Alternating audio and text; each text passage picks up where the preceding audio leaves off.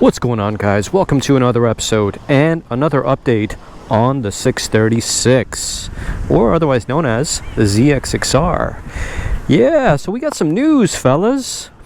Looks like our 636s are going to be repaired, or at least looked at, because I've been digging for some information, and the internet is kind of having a toss-up about what it thinks about this new fix, I guess you can say, or I guess it's not even a fix, it's more of like an inspection. There's about a 24-page document that's sent out to dealers, and it's surfacing all around the internet right now, mostly the Facebook groups as well as Reddit. And inside of this 24-page manual that I read, it documents two different types of fixes. Number one, you got people who haven't been delivered the motorcycle, in other words, the motorcycles that are currently in dealerships that are unsold, and then you also have the fix for the motorcycles that have been sold or recalled, such as mine and yours. So looking through this entire document, doesn't look like an invasive procedure. It basically opens up the side of the clutch cover.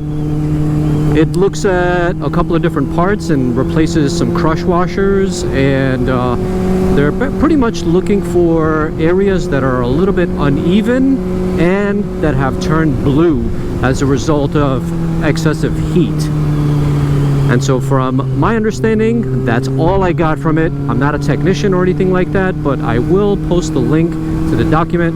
Highly recommend that you go check it out, so this way you can see what's going on. But anyway, I'm kind of not worried about it. And when I say kind of, yeah, that's exactly it, kind of. I'm not exactly sure what to think at the current moment, but the internet is 50-50 on it.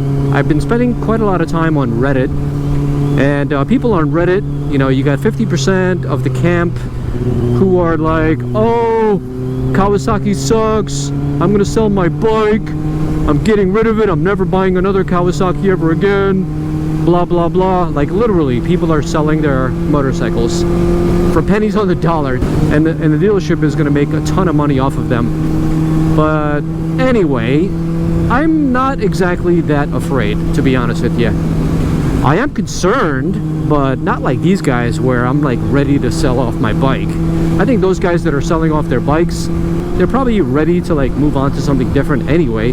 So they're like, all right, maybe this is a good opportunity for me to get rid of it and make this recall an excuse for me to get rid of it. So that's probably a majority of the people who got rid of their bikes.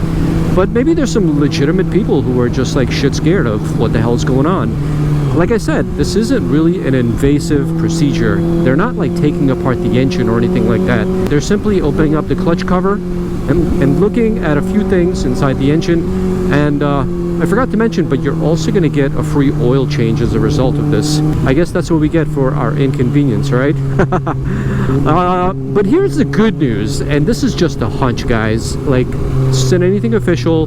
Kawasaki didn't say anything about this, but I was talking to my dealer, and from what he said and from what I've been gathering, this recall is probably going to be for the life of the bike. So if you got a 24, 25, anyone who goes to NHTSA or Kawasaki's website and puts your VIN number in, they're going to see that recall. And so what this means is actually pretty good news for us, because that means our engines are pretty much covered for life. As an example, you go to the dealership, they take a look at your engine, and they give you the clear, and they say nothing's wrong with it, we retorqued everything, put new parts, blah blah blah, whatever it is that they're going to do, right? New crush washers, or I don't know, whatever they're going to put, right?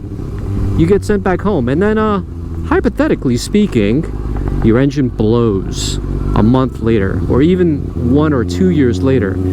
Because it's got that recall, you're pretty much set. You can go into the dealership and say, my engine blew, and Kawasaki will take care of you. I got a confirmation actually just today from a tech who works with Kawasaki. He replied in one of my posts, and he's been a tech, he said, for about 30 years. So I think he's been around the block a few times and he knows what he's talking about. But I'll put the conversation on the screen so you can see it. But he pretty much said that Kawasaki is pretty good with warranty repairs and issues of that sort. I also had a concern about, all right, so what if some damage has been done to my bike? Because let's just say that all these bikes have been torqued incorrectly, okay? 17,000 bikes have been torqued incorrectly. Only one of them has this issue, hypothetically speaking, but I think it's a lot more than that, just between you and I.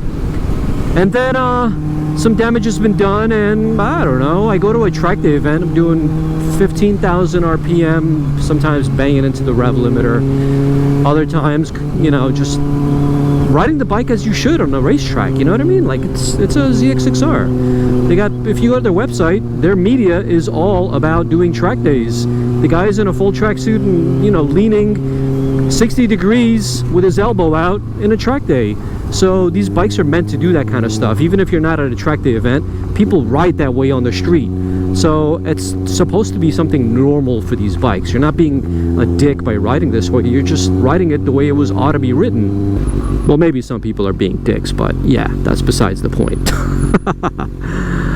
But anyway, I go to a track day event. This thing fails on me. I go back to Kawasaki. Will they repair my bike?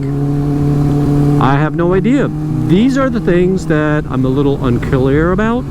And in the beginning of this video, when I said that I'm not exactly sure how I feel about it, these are some of the things that I'm talking about. The if, ands, or whats. You know, things that can happen in the future. But maybe I'm just, I guess, thinking too much. Maybe I should just like chill out and just ride the bike and not worry. You know, I'm not really worried. I'm not saying I am worried.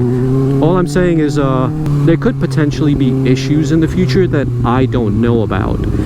At the moment, the motorcycle has 2,198 miles. Some people on Reddit have posted that their engines blew at 1,000 miles, and then other people have been riding for like 10,000 miles and absolutely nothing. So that guy with the 1,000 miles is part of the 1%, I guess. And maybe because mine has 2,000 miles, I'm not part of that 1%. Well, I guess I'll find out, because at the current moment, my dealer has ordered the parts. He said I'm going to be one of the first here in San Diego to get the recall completed on my bike. That makes me feel good, but at the same time, I'm also feeling like shit. I wish I was like the 10th person, because at least they have the experience and the know-how, and they know what they're looking for. And maybe they found one that was, you know, like a fail. It didn't pass inspection, it actually failed. So now they know what to look for, because the first one or two, they don't know what they're looking for, right? Because they're going in blind, just like if I were to do it myself. But maybe these are techs and, you know, they got prior training and they know what they're talking about. I just hope it's not Tyler with the minimum wage job working on my bike, if you know what I'm saying. I just hope that they hand this off to somebody who's very, very trained and has a lot of knowledge and wisdom with parts and tools and bikes and engines and I guess, you know, this kind of stuff. But you know, like I'm just gonna kind of like go in there and expect the best but accept the worst. You know, like in everything in life I always say that, expect the best, accept the worst. There's nothing you can really do about it. But I also have full faith in Kawasaki. I think they know what they're doing. I think they have great engineers. They're Kawasaki, you know, like every single manufacturer has problems, guys. Every single manufacturer. No one is freaking perfect. The perfect bike, the perfect manufacturer doesn't exist. But when it comes to like reliability, I mean, when it comes to Japanese motorcycles and reliability, nothing really beats it. So in that aspect, I have full faith in them to do the right thing. Now, if it was Aprilia on the other hand, haha, bro, I'd get rid of that bike like in a New York minute.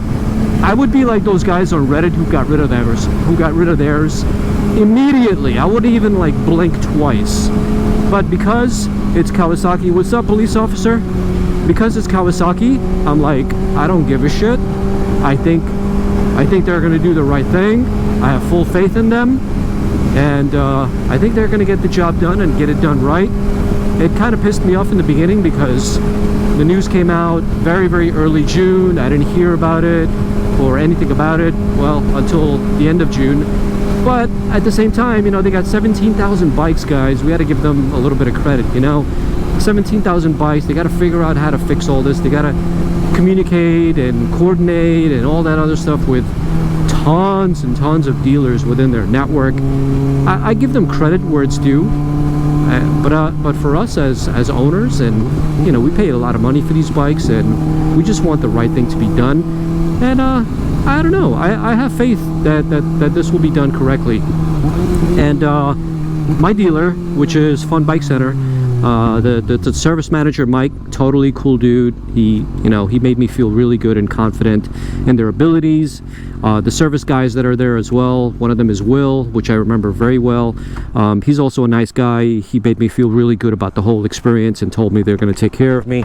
They know I'm a content creator, but you know, I'm not gonna like say anything bad about them or anything like that. It's just, you know, they're like me, you know, they're figuring it out as they go, and this is new for everybody, not just for us. So maybe when they call me, I'm just gonna be like, you know, I'm kind of busy right now. Let me get back to you guys with an appointment date in like 2 weeks, because by that time, you know, they'll have experience with like 5 other bikes. But in between that time, you know, I'm totally fine with riding the bike. Tons of people right now are riding their bikes and they're fine with it. I mean, if worst comes to worst, my engine blows, it blows, you know, like I'm not going to ride on the highway. I'm just going to be like riding in streets where you saw me riding right now. I'm not doing excessive speeds. You know, once again, expect the best and accept the worst. What can you do? Riding a bike is already inherently dangerous, so it is what it is, guys. This is all I have to say about it. Link down below for the 24-page manual, fix, whatever it is. Let me leave a comment down below. Let me know what you guys think. I'd like to hear your thoughts on it. And until the next episode, where you get to see the 6-month review of this bike, I'll see you guys later. Peace.